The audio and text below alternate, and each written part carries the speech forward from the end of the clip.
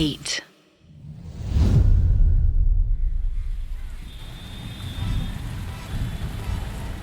प्यार के लिए ही तो जीने में मजा आता है मेरे दोस्त। सच कहूं तो बिना प्यार के जीने का कोई फायदा भी नहीं है। तेरा भी सही है साला। मैं तुझे जब भी बोलता हूँ कि तूने तानिया से प्यार करके बेवकूफी की है, तू मुझे प्यार का लेक्चर देने लगता है। तुझे कभी प्यार नहीं हुआ ना धीरज, इसलिए तुझे मेरा प्यार बेवकूफी ही लगेगा। अरे भाई, मेरी औकात मुझे प्यार करने की इजाजत नहीं देती। और दूसरी बात ये भी है कि तुम्हारे जैसी मोहब्बत मैं कर भी नहीं सकता। साला तेरी तनख्वाह 20,000 है, जिसमें से आधा से ज्यादा पैसा तू अपनी गर्लफ्रेंड पे उड़ाता है। भाई सच्चा प्यार कभी पैसे नहीं देखता। भैया आपकी लोकेशन आ गई। अब मैं आप सबसे 50 नहीं 80 रुपए लूंगा। 80 रुपए? पर क्यों? बात तो 50 रुपए की हुई थी। अब क्या मुझे ये बताने की जरूरत पड़ेगी कि बारिश में लोग ऑटो से आने जाने के लिए डबल किराया तक देने को तैयार हो जाते हैं, पर तुम्हें तो 80 रुपए देने में भी तकलीफ हो रही है क्या साला? सुबह सुबह मेरी किस्मत फूटी थी जो तुम दोनों को अपने ऑटो में बैठा लिया। कबीर गुस्से में कुछ बोलने ही वाला था कि तभी अरे ठीक है भैया, ये लो अपने 80 रुपए। धीरज ने तुरंत ऑटो ड्राइवर को 80 रुपए थमा दिए और फिर कबीर के साथ बारिश में भीगते हुए न्यू एज मोटर्स के अंदर चले गए।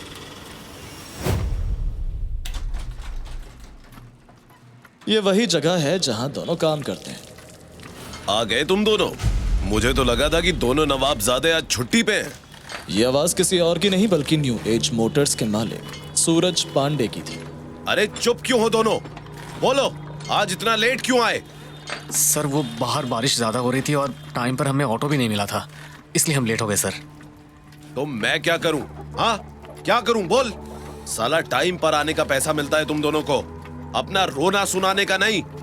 5 या 10 मिनट लेट होते तो समझ आता, पर सीधा आधा घंटा। इससे अच्छा तो ये था कि ना ही आते। साला तुम जैसे कचरे के डिब्बों को देखना ना पड़ता। हमें माफ कर दीजिए सर। अरे तुम्हें माफ करके मैं अपने नुकसान की भरपाई थोड़ी ना कर पाऊंगा, इसलिए आज की तुम्हारी हाफ डे की तनख्वाह काट ली जाएगी। क्या आप ऐसा नहीं कर सकते? क्यों नहीं कर सकता मैं आपके गैराज का हेड मैकेनिक हूं सर। दिन हो या रात जब भी आप बुलाते हैं मैं और धीरज हमेशा काम पर आ जाते हैं। आप जितना काम करवाते हैं हम बिना शिकायत के करते हैं, लेकिन सिर्फ आधे घंटे के डिले पर तनख्वाह काटना ये बहुत गलत है सर। अबे एक दो कौड़ी का नौकर मुझे बताएगा कि क्या सही है और क्या गलत? अबे नल्ले, अगर तुझे मुझसे तकलीफ है तो छोड़ दे ये नौकरी। बाहर जा, धक्के खा और गली गली नौकरी की भीख मांग। साला तेरे जैसे हेड मैकेनिक मुझे कौड़ियों के भाव मिल जाएंगे।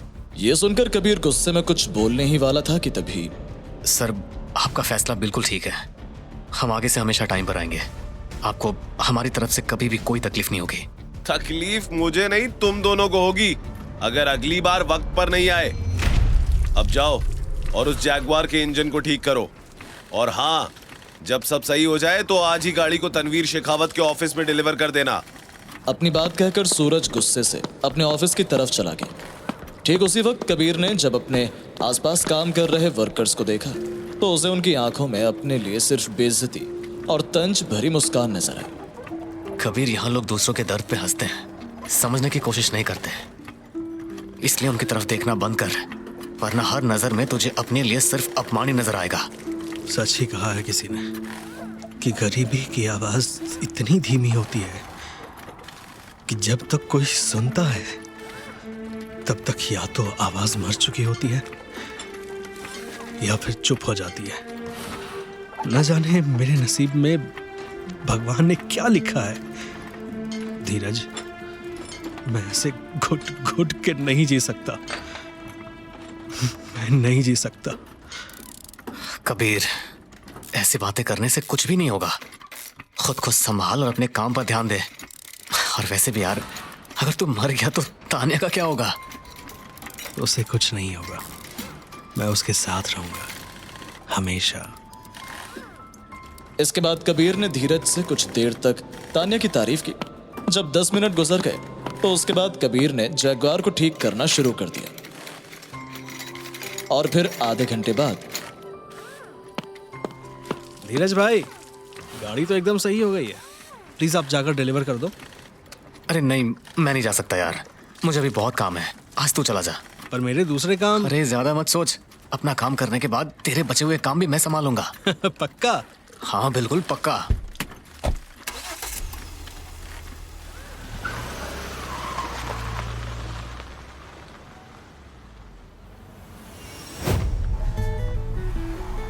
देखना तान्या, एक दिन ऐसी ही जगुआर मैं भी खरीदूंगा और फिर तुम्हारे हाथ में अपना हाथ थाम कर हम एक लंबी ड्राइव पर निकलेंगे। बस तुम, मैं और हमारी मोहब्बत। I love you Tanya, I love you so much. Mobile पर तान्या की तस्वीर देखते हुए कबीर तनवीर के ऑफिस की तरफ बढ़ ही रहा था, लेकिन तभी तान्या, ये तो तान्या ही है। और उसके साथ ये लड़का, इसको मैंने कहीं देखा है।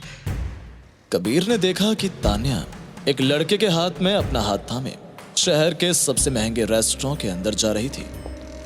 नहीं नहीं नहीं नहीं, ये नहीं हो सकता। कबीर तुरंत गाड़ी से बाहर निकला और बिना कुछ सोचे सीधा रेस्टोरेंट की तरफ भागने लगा। जैसे ही कबीर रेस्टोरेंट के अंदर घुसा, उसकी नजर सीधा तान्या पर गई, जो अकेली बैठकर मेन्यू देख रही थी। कबीर तुरंत उसके नजदीक चला गया। कबीर, तुम? हाँ तान्या, तुम यहाँ क्या कर रहे हो? यही मेरा सवाल है तान्या, कि तुम यहाँ क्या कर रही हो? और वो लड़का कौन है जिसके साथ तुम यहाँ आई हो? Come on, Kabir. I didn't come here to answer your questions. Not now. We'll talk about this later. नहीं, मुझे अभी बात करनी है तुमसे। Fuck you, Kabir! क्या तुम्हें समझ नहीं आता? मैं तुमसे बात ही नहीं करना चाहती। Just go away and don't you dare create a fucking scene here. यहाँ के लोग तुम्हारी औकात से काफी बड़े हैं और मैं तुम्हारे लेवल पर आकर तुमसे यहाँ लड़ नहीं सकती। So just get the fuck out of here. ये तुम क्या कह रही हो तान्या? भूलो मत कि मैं वो कबीर हूँ जिसका प्रपोजल तुमने पूरे कॉलेज के सामने एक्सेप्ट किया था।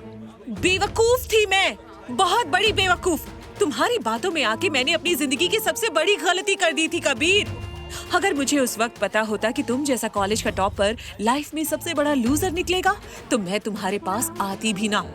तान्या की इन बातों को सुनकर कबीर के पैरों तले जमीन खिसक चुकी थी। उसे समझ ही नहीं आ रहा था कि वो कैसे रिएक्ट करे। क्या हुआ कबीर? सच सुन के अच्छा नहीं लगा? लगेगा भी कैसे? तुम जैसे निकम्मे और बेगैरत आदमी के लिए इस दुनिया में कुछ भी अच्छा नहीं हो सकता। तुम्हें तो शर्म भी नहीं आती ये सोचने में कि तुम कॉलेज में लाखों करोड़ों की बात करते थे, लेकिन आज 20,000 की नौकरी के लिए सबके सामने हाथ जोड़ते हो। प्लीज ऐसा मत बोलो Tanya, I request you, please. यही तो करते आए हो तुम, सिर्फ और सिर्फ रिक्वेस्ट। कभी किसी से जॉब पाने की रिक्वेस्ट, तो कभी किसी से उधार पर पैसे लेने की रिक्वेस्ट। कबीर, तुम्हारी जिंदगी उस कचरे की तरह है जिसको कोई भी अपनी सहूलियत के हिसाब से कहीं भी फेंक सकता है। You are a powerless person. तुम्हारा कोई फ्यूचर नहीं है कबीर। तुम एक हारे हुए इंसान हो कबीर, और मुझे हारे हुए लोगों की जरूरत नहीं है। मुझे सिर्फ वही इंसान पसंद है जो मेरी जरूरतों को पूरा कर सके। मुझ पर भरोसा करो तान्या, मैं तुम्हारे सभी सपनों को पूरा करूंगा। ख्याली पुलाव बनाना बंद करो कबीर। 20,000 कमाने वाले की औकात क्या होती है, ये मुझे किसी को समझाने की जरूरत नहीं। मैं प्यार व्यार के झांसे में जिंदगी बर्बाद नहीं करती। मुझे पैसे चाहिए, कंफर्ट चाहिए, स्टेटस चाहिए, और सच्चाई सिर्फ यही है कि इन सब की उम्मीद भी मैं तुमसे नहीं करती। मैं उस इंसान के साथ जीना चाहती हूँ जिसके पास बैंक बैलेंस हो, BMW हो और दुनिया के सामने इज्जत हो। तुमसे तो सिर्फ बेइज्जती मिलती है कबीर। तान्या, मैं सब सही कर दूंगा। तुम्हें जैसी जिंदगी चाहिए, मैं तुम्हें वो जिंदगी दूंगा। प्लीज मुझे मत छोड़ो। What the fuck? इस फटीचर आदमी को अंदर किसने आने दिया? ठीक उसी वक्त कबीर के पीछे वही आदमी आकर खड़ा हो गया जो तान्या के साथ रेस्टोरेंट के अंदर आया था। कबीर जैसे ही पीछे मुड़ा, समर, तुम? कबीर के सामने कोई और नहीं बल्कि उसका कॉलेज का क्लासमेट समर प्रताप खड़ा था। क्या हुआ कबीर? मुझे देखकर हैरान क्यों हो गए? How can you do this to me, summer? शांत रहो कबीर। यहाँ सिर्फ उन्हीं लोगों की आवाजें सुनाई देती हैं जिनके पास यहां आने की हैसियत होती है। और तुम्हारी हैसियत तो यहां एक गिलास पानी पीने लायक भी नहीं। जानते हो क्यों? क्योंकि यहां एक वक्त का खाने का बिल तुम्हारी पूरी महीने की तनख्वाह से भी महंगा पड़ता है। समर, तुझे मालूम था ना कि तान्या मेरी जिंदगी है, उसके बावजूद भी तूने तान्या के करीब जाने का सोचा। क्यों समर, क्यों? मैंने तेरा क्या बिगाड़ा था? तेरी औकात भी नहीं है कि तू मेरा कुछ बिगाड़ सके Kabir. One more thing Kabir, Summer से प्यार का इजहार मैंने किया था, समझे? I wanted him for my whole life. जानते हो क्यों? क्योंकि वो तुमसे हर मायने में बेहतर है। वो मुझे हर वो चीज दे सकता है जो तुम सोच भी नहीं सकते। He is rich, he is powerful and yes, he is smart. उसे पता है कि एक लड़की को सिर्फ प्यार नहीं बल्कि डायमंड रिंग भी चाहिए, वीकेंड्स पर लग्जरियस रेस्टोरेंट्स में डिनर भी चाहिए और हर हफ्ते ब्रांडेड कपड़े भी एंड व्हाट नॉट। और तुम, क्या तुम 20,000 की नौकरी में मुझे ये सब दे पाओगे? 20,000 की नौकरी में ये मेरे ड्राइवर का खर्चा तक नहीं उठा सकता तान्या। तुम्हारे खर्चे उठाने की बात तो काफी दूर है। सही कहा तुमने समर। तभी वहां की सिक्योरिटी भी आ गई और कबीर को पकड़ते हुए जबरदस्ती रेस्टोरेंट के बाहर ले जाने लगे। तान्या प्लीज, प्लीज तान्या, ऐसा मत करो मेरे साथ। I love you Tanya. उसी समय समर प्रताप ने तान्या का हाथ थामा और कबीर के बिल्कुल करीब आकर एक ऐसी बात कही जिसने कबीर को अंदर से तोड़कर रख दिया। कबीर, तुमने कॉलेज के एग्जाम में जरूर टॉप किया, लेकिन असल जिंदगी के एग्जाम में तुम फेल हो गए। जानते हो क्यों? क्योंकि तुम्हारे पास पैसा नहीं था। और आज की दुनिया की सच्चाई यही है कि जिसके पास पैसा नहीं होता वो सबसे बड़ा लूजर कहलाता है। इसे तुरंत यहाँ से निकालो, अब मुझे दोबारा इसकी शक्ल भी नहीं देखनी। सिक्योरिटी गार्ड्स कबीर को बेरहमी से पकड़कर रेस्टोरेंट के बाहर ले जाने लगे। छोड़ो मुझे, छोड़ो। कबीर की तड़पती आवाज किसी ने नहीं सुनी। उल्टा वहां मौजूद कुछ लोगों ने अपने फोन्स निकाले और उसकी वीडियो बनाने लगे। कुछ ही सेकंड्स के अंदर गार्ड्स ने उसे जबरदस्ती धक्का देकर रेस्टोरेंट के बाहर धकेल दिया। क्यों, क्यों, क्यों किया तुमने मेरे साथ ये सब? क्यों? तभी कबीर ने देखा कि उसे धीरज का फोन आया है। उसने जैसे ही फोन उठाया, ये तूने क्या कर दिया कबीर? तू तनवीर शेखावत की गाड़ी को नो पार्किंग जोन में छोड़ के कहाँ चला गया था? तुझे पता भी है कि तेरी इस हरकत की वजह से सूरज पांडे ने हमें नौकरी से निकाल दिया है। वहीं दूसरी तरफ तनवीर शेखावत ने भी पुलिस में तेरे खिलाफ कंप्लेंट कर दी है। अब बोल हम क्या करेंगे कबीर? कबीर की जिंदगी में आगे क्या होगा? कबीर के साथ पुलिस क्या करेगी? क्या करेगा तनवीर शेखावत कबीर के खिलाफ? क्या कबीर तान्या और समर से अपनी बेइज्जती का बदला ले पाएगा? ये सब जानने के लिए सुनते रहिए क्रिप्टो किंग, ओनली ऑन 8।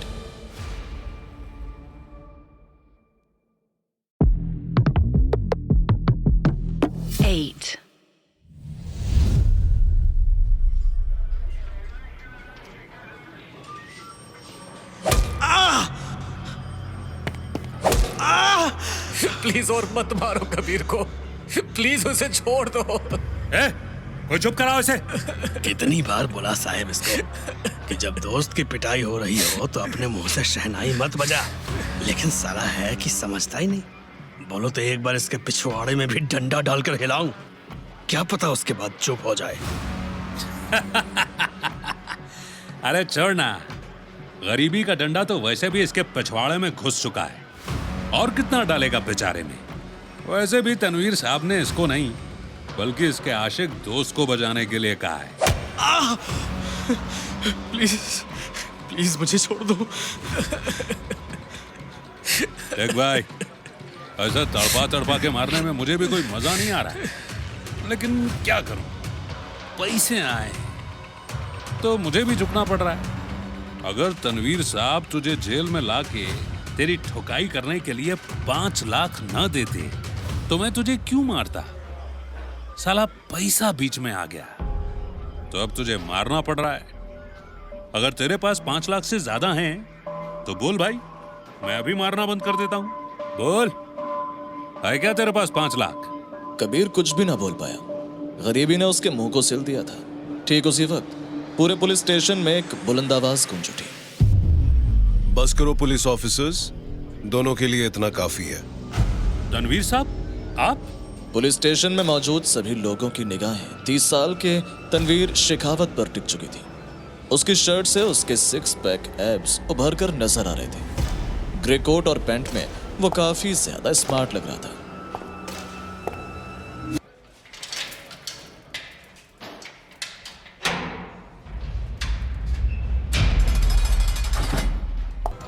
जी, चल निकल बाहर। जैसे ही धीरज जेल से बाहर गया, तनवीर शेखावत ने कबीर को डंडे से मारना शुरू कर दिया।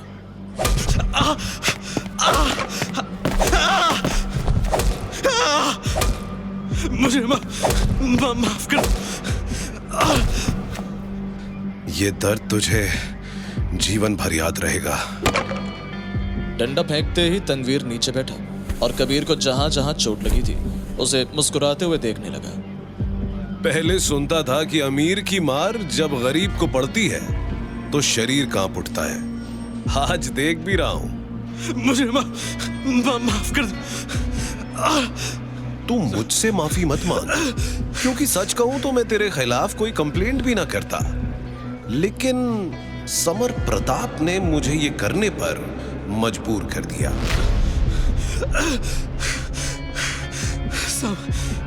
समर। हाँ, समर प्रताप, वो मेरा काफी अच्छा दोस्त है और उसी के कहने पर मैंने तुझे पुलिस ऑफिसर्स से पिटवाया। सिर्फ इतना ही नहीं, तेरे और तेरे दोस्त के खिलाफ मैंने और समर ने ऐसे चार्जेस लगवाए हैं कि अब पूरी जिंदगी तुम दोनों एक नौकरी के लिए तरस जाओगे, क्योंकि अब तुम्हें कोई भी नौकरी नहीं देगा। अपनी बात कहते ही तनवीर जेल से बाहर निकला और सीधा धीरज की तरफ देखते ही उसने पैसों का एक बंडल सीधा उसके मुंह पर दे मारा। तेरी औकात से ज्यादा पैसे दे रहा हूं तुझे, रख ले इसे और जा अपने आशिक दोस्त का किसी गवर्नमेंट हॉस्पिटल में इलाज करवा। एक और बात, जब ये आशिक की हालत थोड़ी ठीक हो जाए तो उसे उसकी असली औकात क्या है वो जरूर बता देना। इंस्पेक्टर, छोड़ दो इन्हें तड़पने के लिए। Yes sir. अपनी बात कहते ही तनवीर पुलिस स्टेशन से बाहर निकल गया। उसके जाने के कुछ देर बाद कबीर और धीरज को रिहा कर दिया गया। बड़ी मुश्किलों से धीरज ने अकेले कबीर के बेजान शरीर को उठाया और ऑटो में बैठाकर एक गवर्नमेंट हॉस्पिटल की तरफ निकल पड़ा।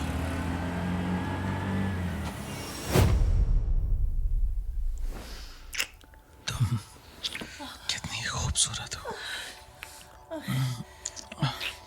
मैं तुम्हें कभी नहीं छोड़ूंगा तानिया, और मैं तुम्हारा। Love me summer.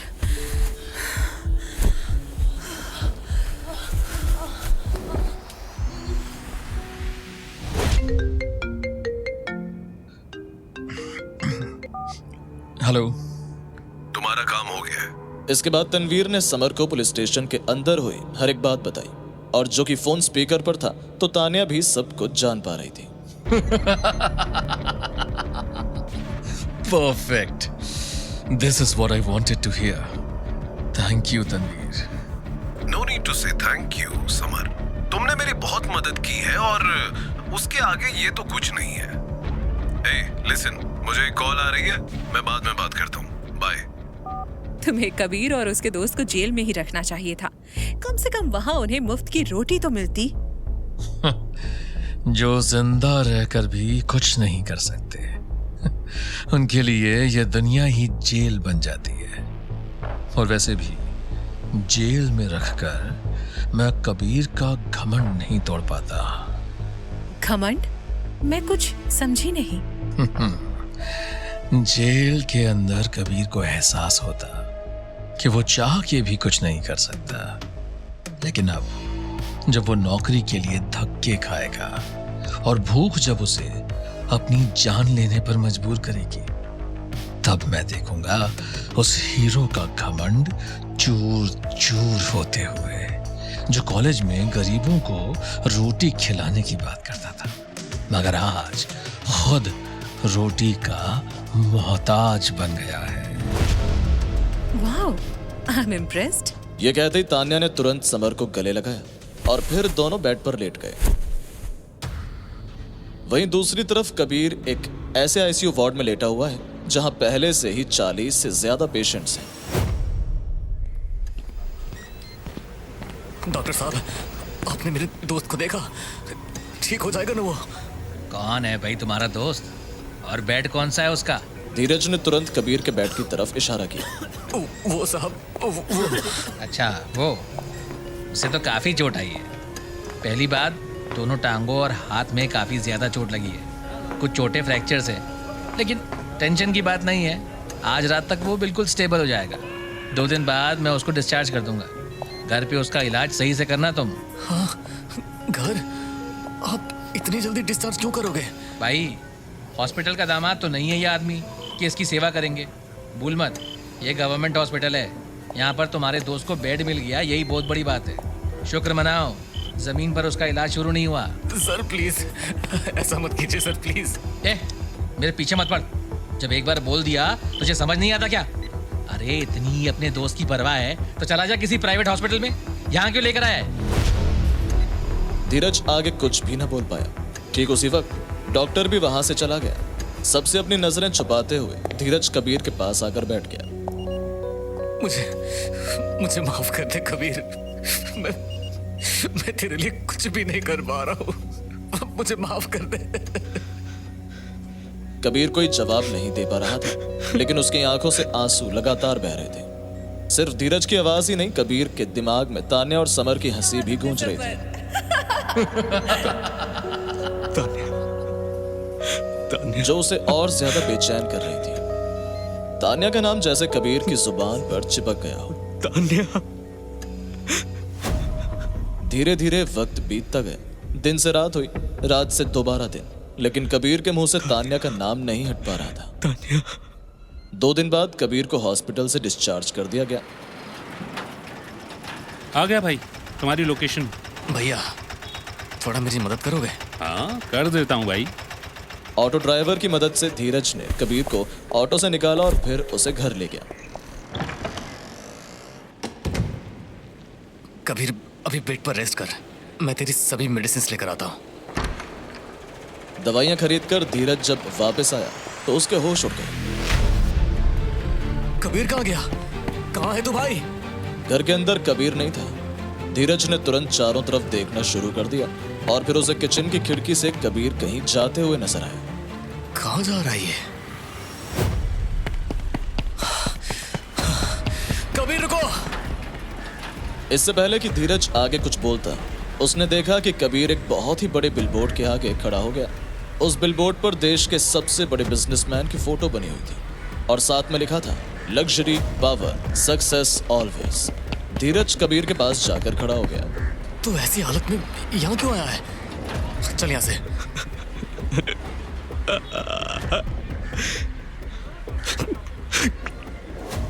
मैं कहीं नहीं जाऊंगा। अरे अपनी हालत देख, क्यों अपनी सेहत को और मुसीबत में डाल रहा है? मान मेरी बात, चल यहाँ से। मैंने बोला ना, नहीं जाऊंगा मैं यहाँ से। क्यों? ऐसा क्या है यहाँ? यही वो जगह है जहां से मैंने तान्या के साथ अपनी जिंदगी के सपने देखे थे। हर रात इस बिलबोर्ड को देखकर मैं खुद से एक वादा करता था कि एक दिन मेरी भी तस्वीर यहाँ होगी और उस दिन मैं तान्या को यहीं लाकर शादी के लिए प्रपोज करूंगा। लेकिन अब सब कुछ बदल चुका है। खुद को संभाल भाई।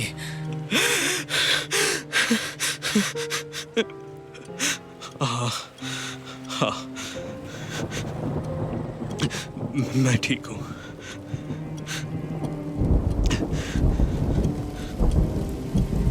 अरे एक तो ये मौसम है, साला कभी भी बारिश शुरू हो जाती है। चल कबीर, घर चलते हैं। मुझे लगता है कि तूफान आने वाला है। सच में अब बहुत लोगों की जिंदगी में तूफान आने वाला है। मैं कुछ समझा नहीं। तान्या के साथ जिसने भी मुझे बेइज्जत किया है, मैं उसे नहीं छोड़ूंगा, किसी को नहीं छोड़ूंगा। जो सपना मैंने देखा था उसे मैं जरूर पूरा करूंगा। मैं सिर्फ इस देश का ही नहीं बल्कि पूरी दुनिया का क्रिप्टो किंग बनूंगा। I will be the crypto king of the world.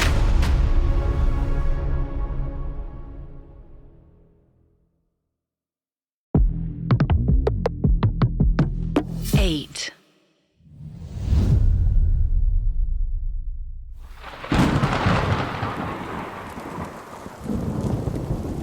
Tanya, Tanya, Tanya, Tanya. Kabir की जैसे ही आंखें खुली उसने देखा कि उसके बगल में धीरज खड़ा है। खुद को संभाल मेरे भाई, तान्या तुम्हारी जिंदगी से जा चुकी है और इस सच को जितनी जल्दी एक्सेप्ट करेगा उतना ही तेरे लिए ठीक रहेगा। तान्या वो मेरे करीब थी। मैं उसके हाथ में अपने हाथ को थमाने ही वाला था कि तभी मेरा सपना टूट गया। ऐसे रोकर तुझे कुछ भी नहीं मिलने वाला, इसलिए ज्यादा मत सोच और अपने दिमाग को शांत रख, नहीं तो जितना सोचेगा उतनी ज्यादा तकलीफ मिलेगी। कबीर शांत था। धीरज के चेहरे को देखकर साफ मालूम होता था कि वो कबीर के कुछ बोलने का इंतजार कर रहा है। अचानक धीरज की आंखें हैरानी से बड़ी हो गईं। क्या कर रहे हो कबीर? मुझे मेरी डायरी चाहिए। वो मेरे सूटकेस के अंदर पड़ी हुई है। डायरी? तुझे इस वक्त डायरी क्यों चाहिए? तू मुझे बिना सवाल किए मेरी डायरी लाकर देगा या फिर मैं खुद लेने जाऊं? तू मत जा, मैं लेकर आता हूं।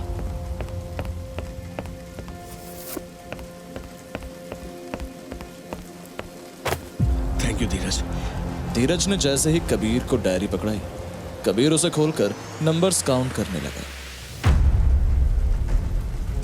4, 5, 1। तुम क्या काउंट कर रहे हो कबीर? करेंसी। करेंसी? मैं कुछ समझा नहीं। अरे क्रिप्टो करेंसी। Crypto currency? तेरे दिमाग में क्या चल रहा है कबीर? तूने आज सुबह भी बिलबोर्ड के आगे खड़े होकर कहा था कि तू क्रिप्टो किंग बनेगा। भाई मुझे समझ नहीं आ रहा कि तू चाहता क्या है। मुझे अब हर एक वो चीज चाहिए जिसका मैं हकदार हूं, और उसके लिए मैं आज अपनी किस्मत दांव पर लगाने जा रहा हूं, जैसे मैंने 5 साल पहले किया था। क्या किया था तूने 5 साल पहले?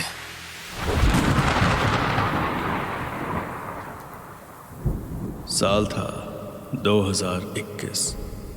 एक कंपनी में मेरी जॉब लगने वाली थी, लेकिन ज्वाइनिंग से सिर्फ 10 दिन पहले उन्होंने मुझे घोस्ट करना शुरू कर दिया। ना वो मेरे कॉल्स का जवाब देते थे, ना मेल्स का।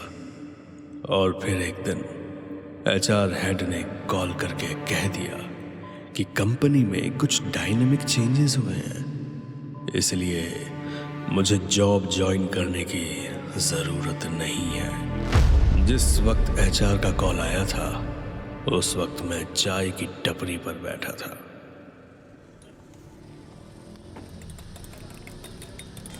ए, रोता क्यों है रे?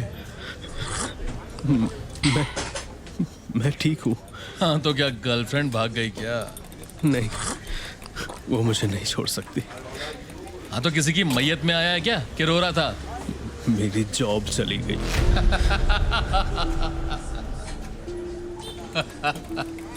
एक तो यार ये कोविड के बाद जितने बच्चे पैदा नहीं हुए उससे ज्यादा तो बेरोजगार पैदा हो गए। जब भी चाय पीने आता हूँ एक बेरोजगार मिल ही जाता है। आप ऐसे नहीं बोल सकते अंकल। मेरे पास नौकरी है तो है, इसलिए मैं बोल सकता हूँ। पैसा और नौकरी का कितना नशा चढ़ा है आपको, वो साफ दिखाई दे रहा है।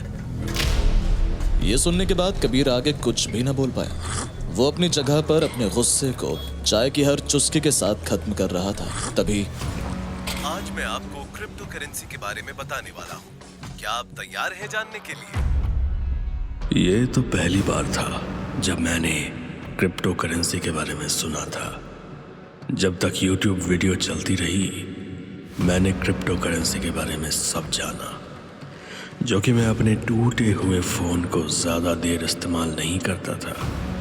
इसलिए मैं एक कंप्यूटर सेंटर गया और वहां क्रिप्टो करेंसी के बारे में जानने लगा। आपका सीट नंबर है 30। Thank you. कबीर ने तुरंत कंप्यूटर ऑन किया और क्रिप्टो के बारे में जानने लगा। क्रिप्टो करेंसी क्या है? अगर सिंपल भाषा में कहूँ तो ये क्रिप्टो करेंसी एक वर्चुअल करेंसी है जिसे हम ऑनलाइन रख सकते हैं। क्रिप्टो करेंसी का फायदा है कि आप जो भी पैसे का लेन देन करोगे वो सब छुपा हुआ होगा और सिक्योर भी, और क्योंकि ये डिसेंट्रलाइज्ड होती है तो इस पर किसी बैंक, किसी सरकार या किसी थर्ड पार्टी का कंट्रोल नहीं रहता है। क्रिप्टो करेंसी के बारे में जानने के बाद मैंने क्रिप्टो ट्रेडिंग के बारे में जाना। तभी मुझे ये मालूम हुआ कि अगर 10 साल पहले मैंने सिर्फ एक बिटकॉइन में इन्वेस्ट किया होता तो शायद आज मैं लखपति होता। मैंने क्रिप्टो से जुड़ी हर इंफॉर्मेशन कलेक्ट कर ली, लीगल भी और इलीगल भी।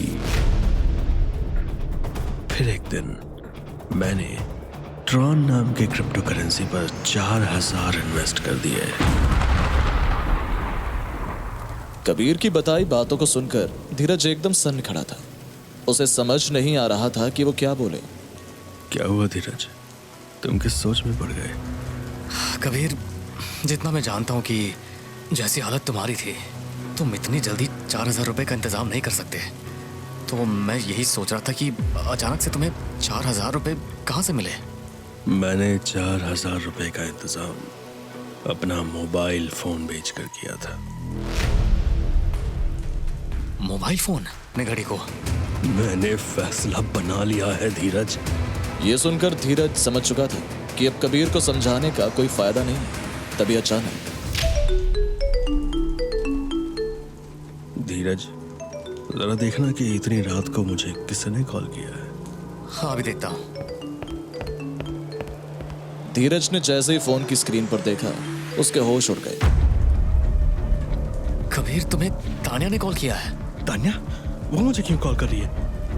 रुके क्यों हो धीरज, जल्दी फोन उठाओ। धीरज ने फोन उठा के ही स्पीकर पर रख दिया। हेलो कबीर। हेलो तान्या, कैसे हो कबीर? ठीक तो हो ना? पुलिस ने तुम्हें ज्यादा तो नहीं मारा? खैर ये सब छोड़ो, तुम मुझसे ये नहीं पूछोगे कि मैंने तुम्हें क्यों कॉल किया है? क्यों? मैंने तुम्हारे लिए एक गिफ्ट भेजा है, कुछ ही देर में तुम्हें वो मिल जाएगा। उम्मीद है तुम्हें पसंद आएगा मेरा गिफ्ट। इतनी रात को कौन आया है?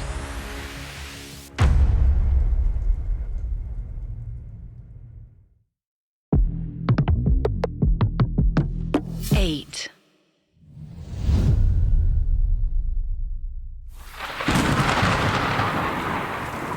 अरे जब पैसे ना हो तो अपने भी पराये बन जाते हैं। फिर तू मुझसे रहम की उम्मीद कैसे कर सकता है?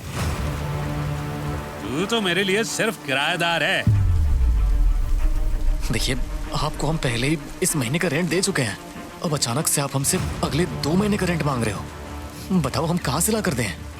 ऐसा मत करो, इतनी रात को कहाँ जाएंगे हम? अरे कितनी बार बोलूं तुझे, मैं तेरी एक नहीं सुनूंगा। अगर 2 महीने का रेंट दे सकता है तो बता, नहीं तो बाहर निकल मेरे घर से। और तू ध्यान से सुन मेरी बात, अगर आधे घंटे के अंदर तुम दोनों ने घर खाली नहीं किया तो बाहर खड़े मेरे आदमी अंदर आएंगे और तुम्हें थक्के मारकर बाहर निकालेंगे। अब तुम दोनों डिसाइड कर लो, यहाँ से चुपचाप निकलोगे या थक्के खाकर। अपनी बात कहते ही घर का मकान मालिक गुस्से में बाहर चला गया। अब हम क्या करें? कहाँ से लाए रेंट? ये कॉल किसी और की नहीं बल्कि तान्या की थी। कैसा लगा मेरा gift Kabir? Have a great night ahead. तू चुप क्यों है? कुछ तो बोल। अरे ऐसी हालत में हम कहाँ जाएंगे? बाहर देख कितनी तेज बारिश हो रही है। मुझे कुछ समझ में नहीं आ रहा कि मैं क्या करूं। तेरे पास अभी कितने पैसे हैं? क्या पैसे? हाँ, कितने पैसे हैं तेरे पास? रुक, अभी बताता हूँ। धीरज तुरंत अपनी शर्ट की जेब चेक करने लगा। यार सिर्फ 1200 रुपए हैं और बैंक में सिर्फ 70 रुपए पड़े हैं। कोई बात नहीं, चल अपना और मेरा सामान पैक कर, हम अभी यहाँ से निकल रहे हैं। पर हम जाएंगे कहाँ? धीरज, ज्यादा सवाल मत कर, सिर्फ चल मेरे साथ। इसके बाद धीरज ने बिना कोई सवाल किए अपना और कबीर का सामान पैक किया और घर से बाहर निकल गया।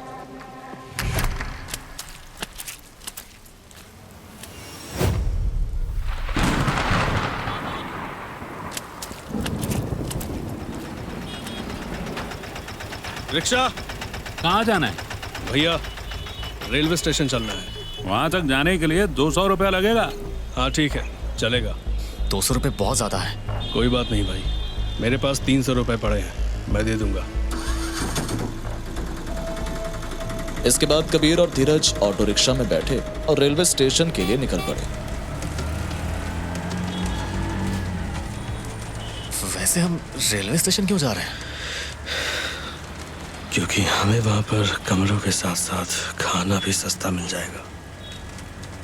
और हाँ, वहां मैं एक आदमी को भी जानता हूँ जो एक छोटी सी ज्वेलरी शॉप में इलीगली इंपोर्टेड और लग्जूरियस आइटम्स को खरीदता और बेचता है। मैं उसे ही अपनी घड़ी बेचूंगा। क्या तुम्हें लगता है कि उसके पास तुम्हारी घड़ी को खरीदने के लिए उतने पैसे होंगे? इस दुनिया की एक खासियत है भाई, यहाँ आमतौर पर पैसे उसी के पास होते हैं जो गलत काम करते हैं। आ गया रेलवे स्टेशन। ये लो भैया 200 रुपए। कबीर और धीरज ऑटो रिक्शा से बाहर निकले और फिर सस्ते होटल्स ढूंढने लगे।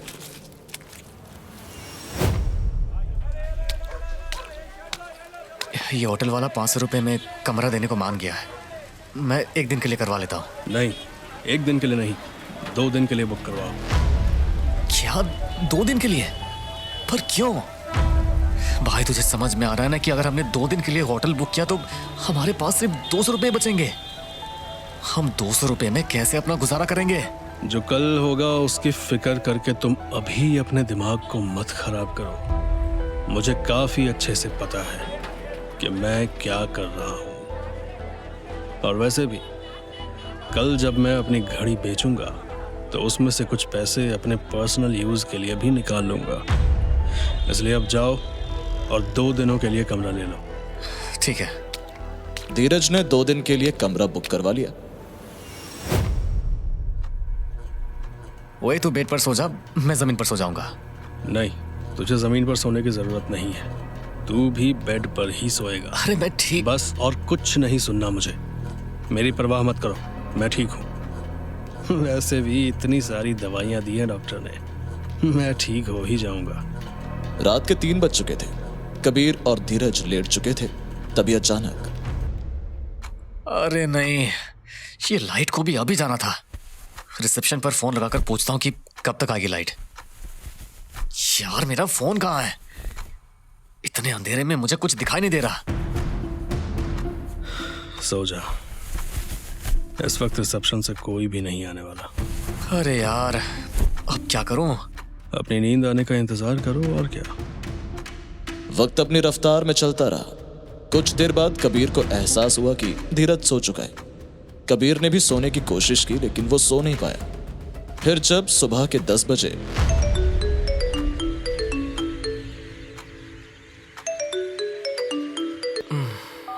हेलो। सुबह के 10 बज चुके हैं, अब तो उठ जा। कबीर तू कहाँ है? तभी धीरज ने देखा कि वो कमरे में अकेला है। तू कहाँ है? मैं ज्वेलरी शॉप पहुंचने ही वाला हूँ। अच्छा सुन, मुझे प्लीज मत कॉल करना, मैं तुझे खुद कॉल करूंगा। हैं? पर न जाने किस रास्ते पर चल पड़ा है कबीर। हे ऊपर वाले, प्लीज उसकी रक्षा करना। कबीर अपनी घड़ी लेकर ज्वेलरी शॉप पहुंच गया। घड़ी तो अच्छी है, लेकिन मैं तुम्हें इसके सिर्फ 2 लाख रुपए दे पाऊंगा। सिर्फ 2 लाख? ये तो बहुत कम है। अरे भाई, तुझे सारी पेमेंट ऑनलाइन चाहिए, इसीलिए 2 लाख से ज्यादा नहीं मिल पाएगा। अब लेना है तो बोल, नहीं तो कोई बात नहीं भाई। कबीर के पास हाँ कहने के अलावा और कोई ऑप्शन नहीं था। अपने आंसुओं को पोंछते हुए कबीर ने हाँ बोल दिया। क्या हुआ भाई, एक घड़ी के लिए इतना उदास क्यों हो रहा है? तेरी आत्मा बसी थी क्या इसमें? कबीर ने कोई जवाब नहीं दिया, वो शांत रहा। आधे घंटे बाद जब उसके अकाउंट में 2 लाख रुपए ट्रांसफर हो गए तो वो सीधा होटल की तरफ निकल गया। कहाँ है तू कबीर? कब आएगा होटल? बाहर कौन है? धीरज धीरे से उठा और कमरे के दरवाजे की तरफ जाने लगा। कौन है बाहर? मैं हूँ कबीर। तो कितने में बिकी तेरी गाड़ी? सिर्फ 2 लाख रुपए मिले। क्या? पर उसकी कीमत तो 7 लाख रुपए थी। जब समय सही नहीं चलता तो इंसान की कीमत गिर जाती है, तो ये घड़ी क्या चीज है। खैर छोड़ो, तेरे लिए कुछ है मेरे पास, इधर आ। मेरे लिए क्या लाया है तू? धीरज जैसे ही कबीर के नजदीक पहुंचा, उसे कबीर ने तुरंत एक पैसों से भरा पॉलिथीन पकड़ा दिया। ये पैसे तू मुझे क्यों दे रहा है? इसमें 50,000 रुपए हैं धीरज, इसे लो और अपने गांव चले जाओ। मैं नहीं चाहता कि तुम्हें मेरी वजह से कोई परेशानी हो। ये तो क्या बोल रहा है भाई? मेरा गांव में कोई भी इंतजार नहीं कर रहा है। तेरी तरह मैं भी अकेला हूं भाई। मैं 50,000 अपने गांव ले जाकर क्या करूंगा? मेरी बात समझ। आज मैंने अपने 1.5 लाख ट्रॉन और सोलाना नाम की क्रिप्टो में लगा दिए हैं। अब मेरे बैंक में सिर्फ 250 रुपए बाकी हैं, इसलिए मुझे नहीं मालूम कि कल से मेरी जिंदगी कैसी होगी, लेकिन मुझे ये जरूर मालूम है कि इस वक्त तुम्हें 50,000 की जरूरत है धीरज। इसलिए प्लीज इसे रख और हमेशा हमेशा के लिए गांव चले जाओ। मैं कहीं नहीं जाऊंगा। साले तेरे साथ इतने गम सह लिए हैं कि अब अकेले कुछ नहीं सह पाऊंगा। मुझे नहीं चाहिए 50,000। जब दोस्त बनाया है तुझे तो बीच रास्ते में छोड़ूंगा भी नहीं। कबीर शांत खड़ा रहा। साले मैं तेरा पीछा कभी नहीं छोड़ूंगा, समझा? समझा। अच्छा सुन, इतने पैसे देखकर मुझे थोड़ा लालच आ रहा है, तो चलो मुझे उस 50,000 में से 500 रुपए निकाल कर दे। मेरे को बिरयानी खाने का मन कर रहा है। ठीक है। ओके। इसके बाद धीरज तुरंत बिरयानी खाने के लिए निकल गया। 1 से 2 घंटे बीत गए, लेकिन धीरज वापस नहीं आया। अब तक तो आ जाना चाहिए था धीरज को, आखिर कहाँ रह गया ये?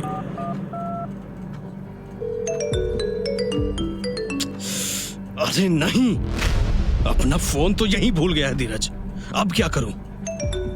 अचानक धीरज के फोन पर फिर से कॉल आई, लेकिन इस बार ये एक अननोन नंबर था। हेलो, कौन बोल रहा है? सुन कबीर, मैं धीरज बोल रहा हूँ।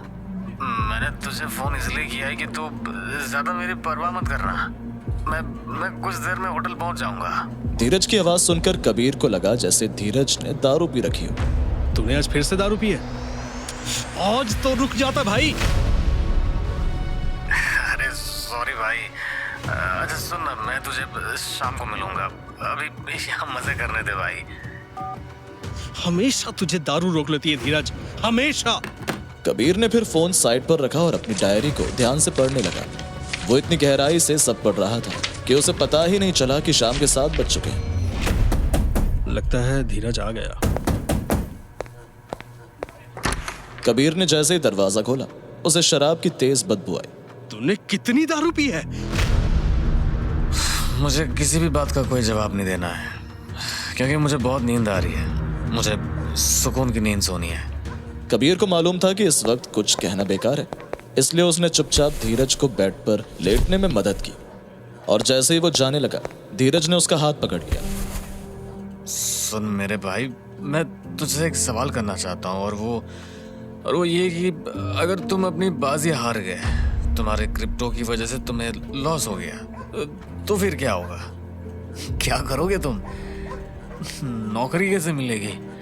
मुझे काफी डर लग रहा है। इससे पहले कबीर कोई जवाब देता, उसने देखा कि धीरज सो गया है। कबीर ने तुरंत कमरे की लाइट्स बंद की और साइड में जाकर लेट गया। वो सोने की कोशिश कर रहा था, लेकिन धीरज की बोली हुई बात उसे सोने नहीं दे रही थी। Good night mummy. रात को तकरीबन 2 बजे कबीर ने जब अपनी पेन किलर खाई तो अचानक उसे नींद का एहसास हुआ, इसलिए उसने तुरंत अपनी माँ की फोटो को किस किया और फिर सो गया।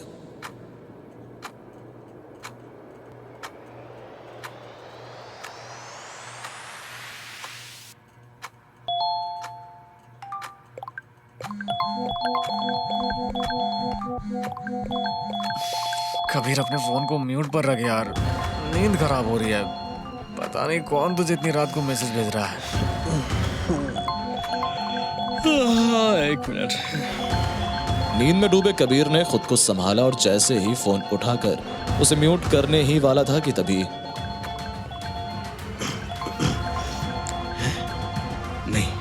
नहीं, ये कैसे हो सकता है? कैसे? अरे क्या हुआ? वो मेरे हाँ आगे बोल भाई। मेरे क्रिप्टो वॉलेट में अभी 10 मिलियन आए हैं।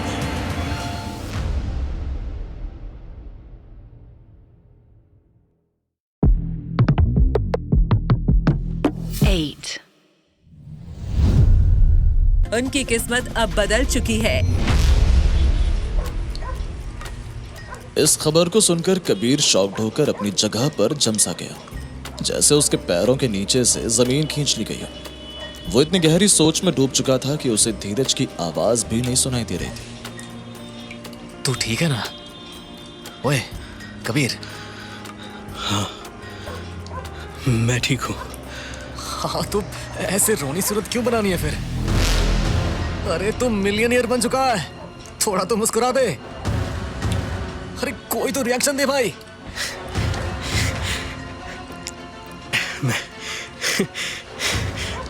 मैं जीत गया। हाँ मैं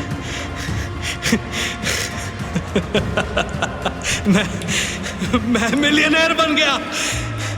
मैं मिलियनेयर बन गया। हाँ साले तो मिलियनेयर बन गया है। मैं मिलियनेयर बन गया।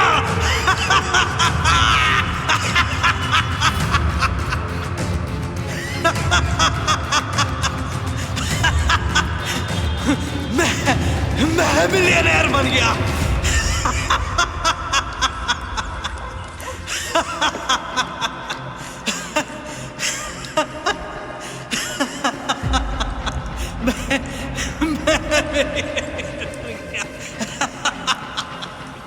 कबीर और धीरज की हंसी में एक ऐसा सुकून था जैसे किस्मत ने उनके सभी जख्मों पर मरहम लगा दिया हो।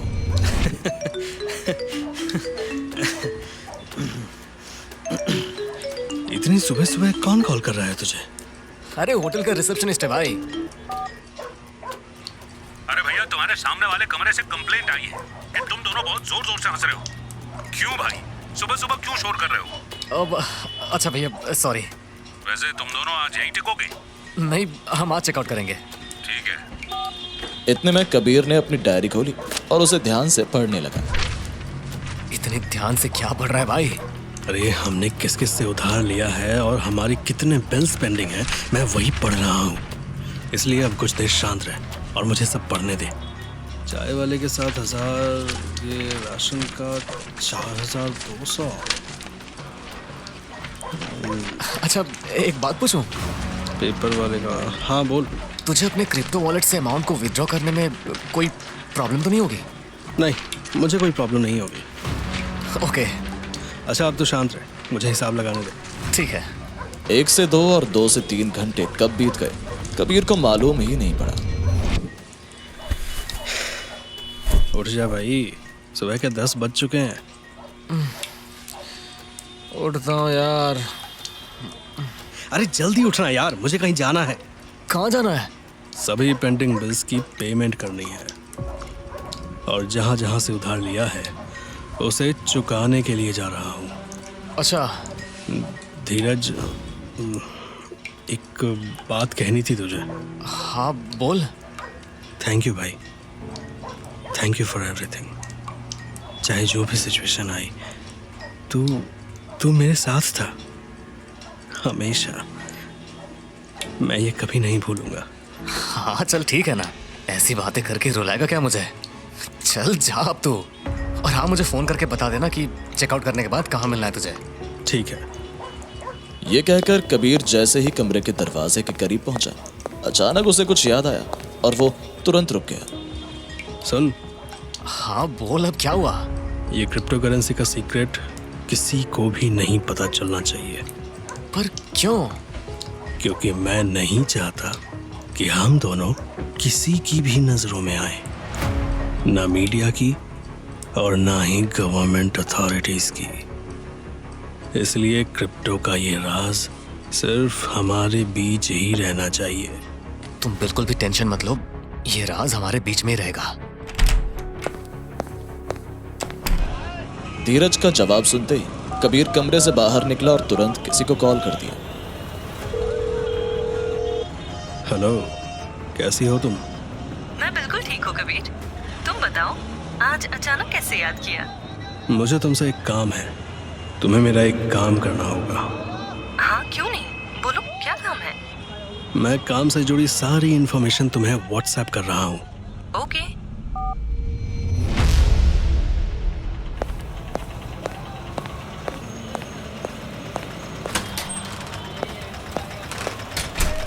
ऑटो, कहाँ जाना है भैया? मुझे अर्बन तड़का रेस्टोरेंट जाना है। अर्बन तड़का? ये रेस्टोरेंट किसी पुलिस स्टेशन के पास है क्या? क्या आप उसी की बात कर रहे हैं? हाँ। ठीक है, बैठो। कबीर ऑटो रिक्शा में बैठकर अर्बन तड़का रेस्टोरेंट की तरफ निकल गया।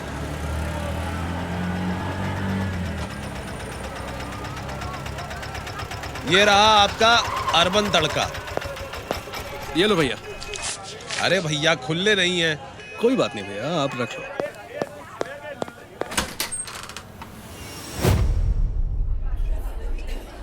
अर्बन तड़का रेस्टोरेंट उसी पुलिस स्टेशन के सामने बना था जहां पर कबीर और धीरज को लाया गया था।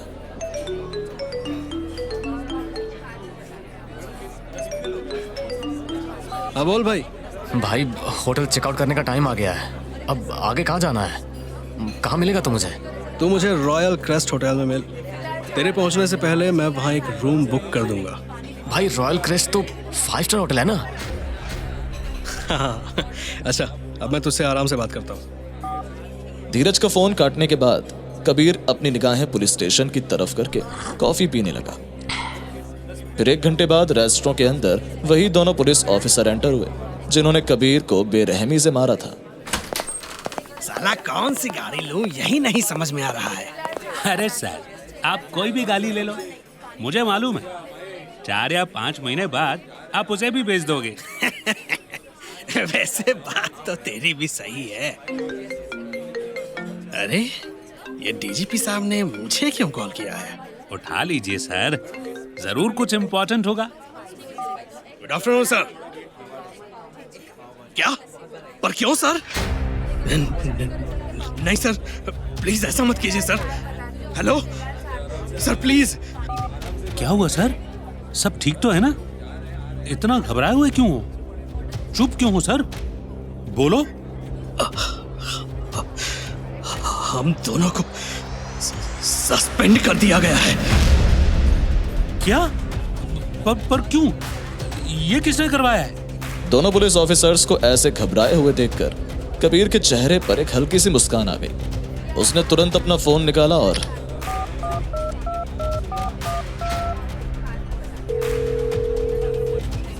आई होप तुम्हारा काम हो गया है कबीर। हाँ, हो गया है। अच्छा, तुम्हारे सभी पेंडिंग बिल्स और उधार भी चुका दिए गए हैं। और पैसों का क्या हुआ?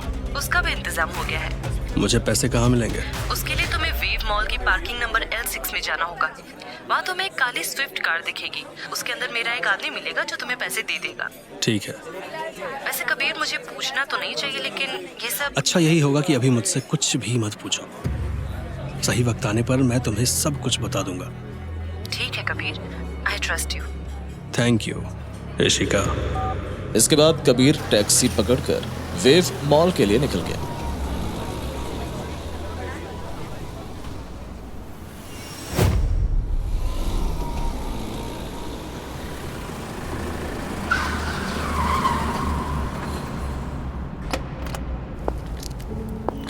पार्किंग नंबर L6 तो यही है, लेकिन यहाँ स्विफ्ट क्यों नहीं दिखाई दे रही है? वो रही कार। कुछ देर के बाद जैसे ही कबीर को कार दिखी, वो तेज कदमों के साथ उसके करीब बढ़ने लगा।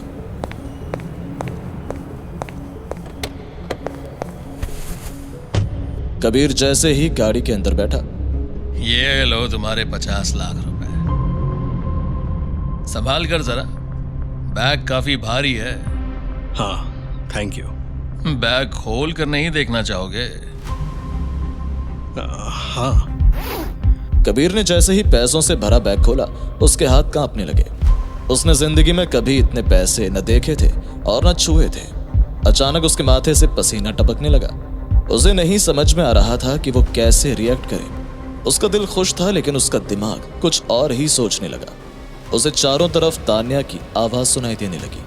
अगर मुझे उस वक्त पता होता कि तुम जैसा कॉलेज का टॉपर लाइफ में सबसे बड़ा लूजर निकलेगा, तो मैं तुम्हारे पास आती भी ना। You are a loser. भैया, रॉयल क्रेस्ट होटल जाना है, चलोगे क्या? हाँ सर चलेंगे। अच्छा भैया, होटल पहुंचने से पहले मुझे कुछ देर के लिए एक जगह रुकना है। आपको कोई प्रॉब्लम तो नहीं है ना? उसका एक्स्ट्रा चार्ज लगेगा सर। ठीक है भैया, कोई बात नहीं।